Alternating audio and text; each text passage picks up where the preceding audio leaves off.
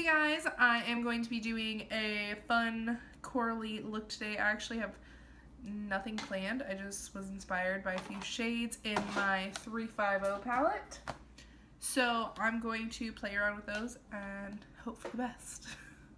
Alright, let's get started. Ooh, before we get started, I want to let you know I'm going to go ahead and zoom in on my eyes and do my eyes, and then probably going to do my foundation off camera. And then come back and wrap it up. That's the plan. We'll see how it goes. Alright, let's get started.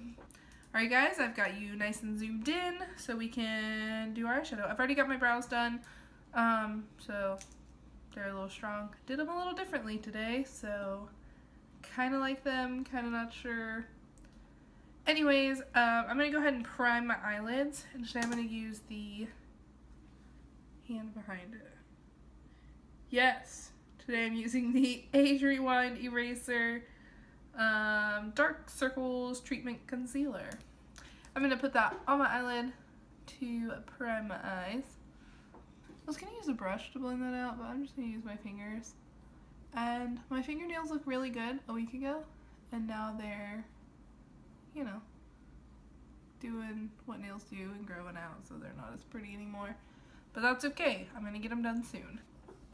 Okay, now taking my Coty Airspun powder in translucent extra coverage, I'm going to take this Morphe brush. Oh, it's upside down. This Morphe brush. It doesn't really have a name, but we're going to use that with some powder and set that. I set the concealer on my eyelids with powder before going over it with a nude shadow, just because I feel it helps even more with the process of making sure everything blends together. Alright, like I said, I'm going to use my Morphe 350 today. I tried to show it to you guys, didn't work out. You probably just saw a black screen. I'm going to take this Morphe 504 brush. These are not... Is this even worth it, guys? Do you want to see them like this? Let me know. I'm going to take this brush into this first white shade, and I'm going to mix it with the yellowy bone colored shade below it, and I'm going to go over right where we did with that Airspun powder. I like doing both because it just gives me double the assurance that my shadows are going to blend nicely. So I'm going to go into this shade here and this one right here. I'm going to mix those two together. Sorry for my palette being dirty. I use it a lot, so it's well used, well loved. It's a little dirty. Anyways, same brush, and I'm going to tap that on the outer corner and swoosh it in. And this is going to be our transition shade to make sure that whatever we use on top of this, because I plan on using a bright orange in this palette, I want it to have something to blend into so that I'm not trying to blend that orange into nothing. It'll blend from orange to this shade to nothing. And it'll be a lot easier to achieve that flawless look. Okay, now I'm going to go into this bright orange shade here in the corner. I was not lying when I said I wanted to use bright orange today. I'm going to take that on an M330 brush. Yep, 33. I guess I could say 330. Not sure. Anyways, I'm going to take that on one side of my brush. I'm going to pack it on top of where we put that transition shade. And that's not doing what I want. I wanted more pigment out of that. So I'm going to get a different brush. Alright, instead of the M330, I'm going to use the M433, which is a fluffy brush, but it's kind of tapered and flatter. So I'm going to take one side of it and put a whole bunch of that orange on there. I'm going to pack it in that corner. See, that's what I wanted. I needed more. I'm going to pack this orange on the outer corner, and as you can see, this brush gave us a lot more pigment than that M330 that I tried to use. And I'm going to put most of it on this outer corner, bringing it about halfway in on my lid, and then once there's basically nothing left on my brush, I'm going to turn it this way and go into my crease and swoop it back and forth. Now, using that same brush that we used the first time with no extra product, I'm just going to go over it and blend everything out so it's not quite so intense on those edges. But I do want this orange to stay pigmented, so I'm going to go in again with that same brush and do the exact same thing, just packing that color on the outer corner and swooping it in as I turn my brush.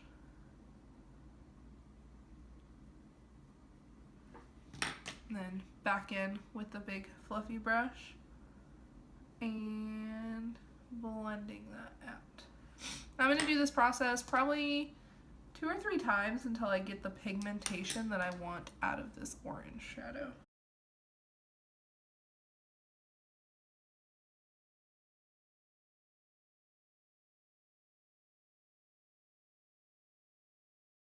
Okay, so now I'm taking this shadow and I'm just putting it halfway on my lid and on the outer corner just to make it more bright there. I'm not going to put any more in my crease. So I kind of like how my crease is looking. As you can see, it got really sloppy really fast as I was blending, and I got this orange all through here even though I didn't really want it there. But that's okay because we'll go over it with different shadows and it'll work out. Everything is fixable. To add more depth, I'm going to use this red shade right here. Don't mind that one, I busted it. I'm going to use this red shade right here, and I'm going to use the M330 that I tried to use earlier, that really, pointy blending brush. I'm going to put it on one side of the brush. I'm going to pack it over top of some of that orange that we put in there and lightly bring it into the crease. Now what I do is I make sure that that shadow is only on one side of my brush and that it's touching my lid, and when I bring it into the crease, I make sure that it's still on the bottom part of my lid, and that's how I make sure that it doesn't travel upwards. I don't get too much of the shadow up here, and I can keep those darker colors nice and low.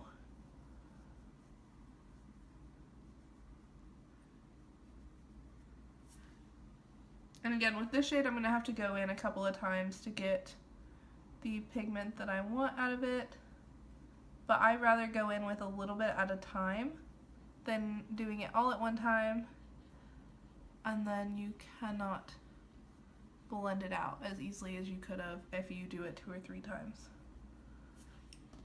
And again, with the bigger brush, I will go in and buff those 2 shades together to make sure we don't have any harsh lines.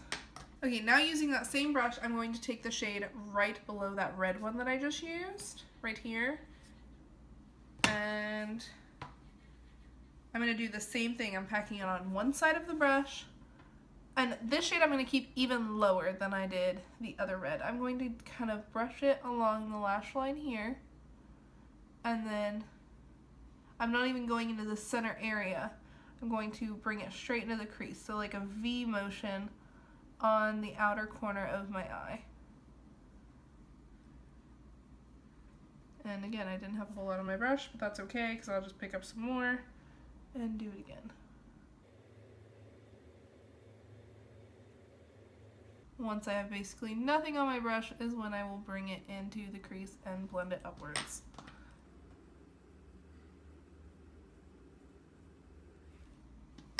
Now with a much more precise brush, this is a pencil brush, also by Morphe. This is the, R41. And I'm going to go into this brown shade here at the bottom. Excuse my voice. I don't know what's happening with my throat today, but ew. Okay, with that on one side of my brush again, I'm going to go right over top of where I put that really dark red previously. I'm going to do the outer V and directly into the crease, and then I'm going to blend that out in a second because I don't want it to get too high too quickly.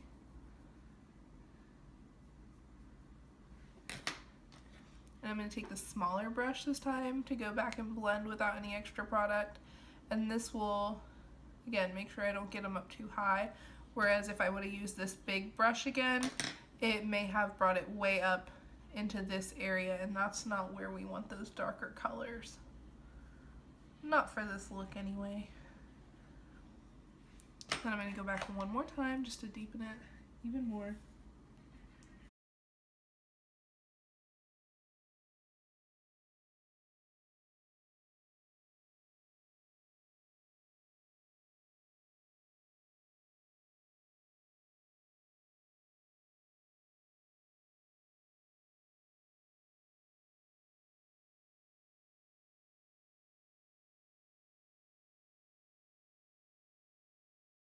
Okay, so I think I have all the depth I want on this outer corner. I'm just going to take this and blend it one more time because it does not hurt to keep blending. I am going to take the M433 that we used earlier, that flatter brush. Sorry, my brushes are dirty, guys. I use my brushes, they get dirty. I'm going to go back into that bright orange shade, and I'm actually going to use that as my lid shade. I wasn't planning on doing this, but at the point I'm at in my shadows, I am ready to just use this all over my lid.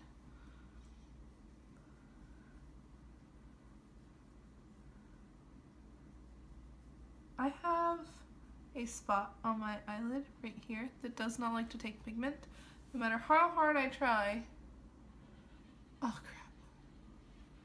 See how I got way too far into that inner corner?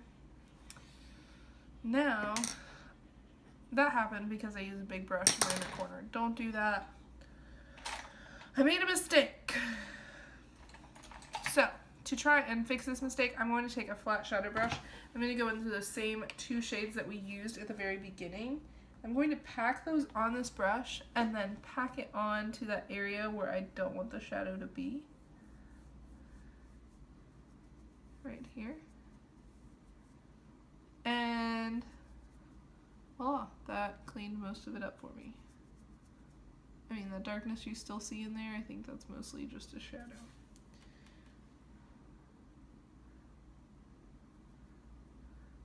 I said this in one of my previous videos, but using a white shadow like this or a more skin tone color works the same way as if you were to use it like under your contour to clean up your contour. It just cleans up those shades for you. But I do not want that line there. I do need to clean that up a little bit. So I'm going back in with a brush we used earlier. I'm going to clean up that edge just to make sure it's not so intense.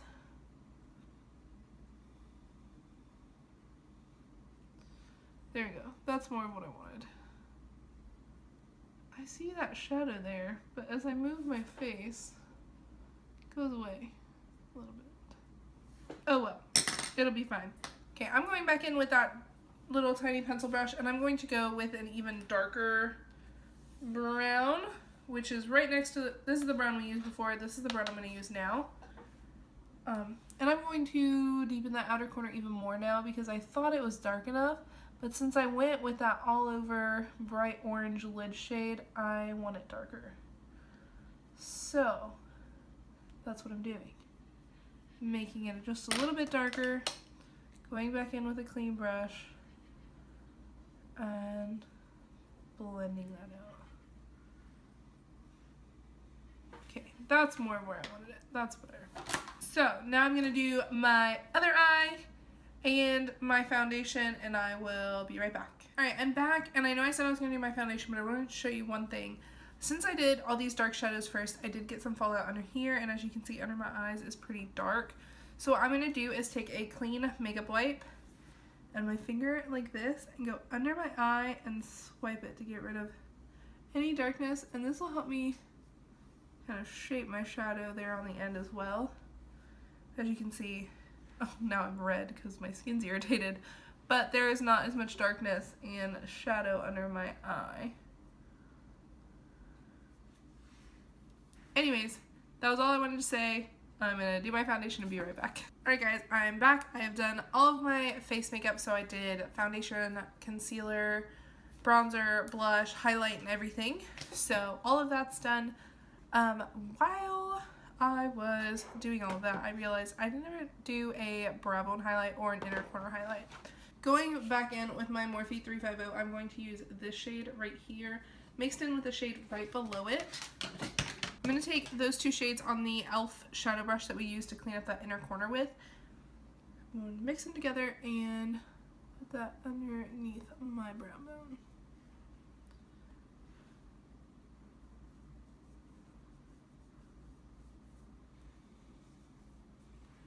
Perfect. Okay, now for the under eyes. I'm going to do basically the exact same thing that I did on my lids, but in reverse on my under eyes. So I'm going to start on the lower lash line with, I don't even know what shades I'm going into first. I'm going to start out with this shade right here on a clean pencil brush. I'm going to smudge that all over my lower lash line. I said I was doing this in reverse, but that was a lie. I'm gonna do it in the exact same order. I said all over my lower lash line. That was also a lie. I stopped about 3/4 of the way in. Sorry if I keep looking up. I'm looking at the mirror behind my camera. Okay, now with that same brush, actually, I'm going to go into the orange shade that we used all over our lid and in our crease and pretty much just all over our eyes.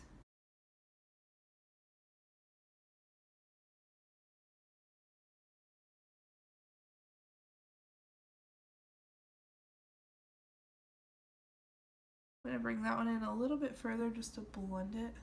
Now taking an itty bitty pencil brush, this is the Morphe E36. And I'm going to go into the dark brown shade that we used on our upper lid.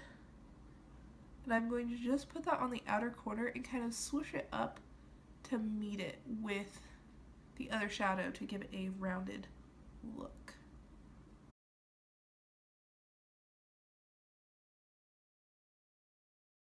Alright, I'm going to use the Morphe E18 and I'm going to go into this Ofra highlighter in Rodeo Drive. This is what I use to highlight my cheekbones, and I'm going to pop that into the inner corner of my eyes to highlight the inner corner of my eye.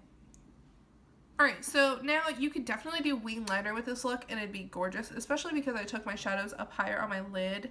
A wing liner would look so good, but I kind of stink at wing liner. Well, I can do it, but it does take me a couple tries, and every once in a while I ruin my makeup. So I'm just not feeling it today. So what I'm going to do is I'm going to curl my lashes like I always do and put on my favorite mascara and call it a day. Alright guys, so I curled my lashes and then I used two different things on my lashes. I used the Blink Black Lash Primer. Blink Black Lash Primer. Try to say that 3 times fast. And then over top of that, I use this Max Lash Voluminizer Mascara from Ducey? I don't know how to pronounce it. But this is great for volume, so pretty happy with how my lashes turned out. For lips, I'm going to go in with my Tarteist lip paint in the shade Rosé.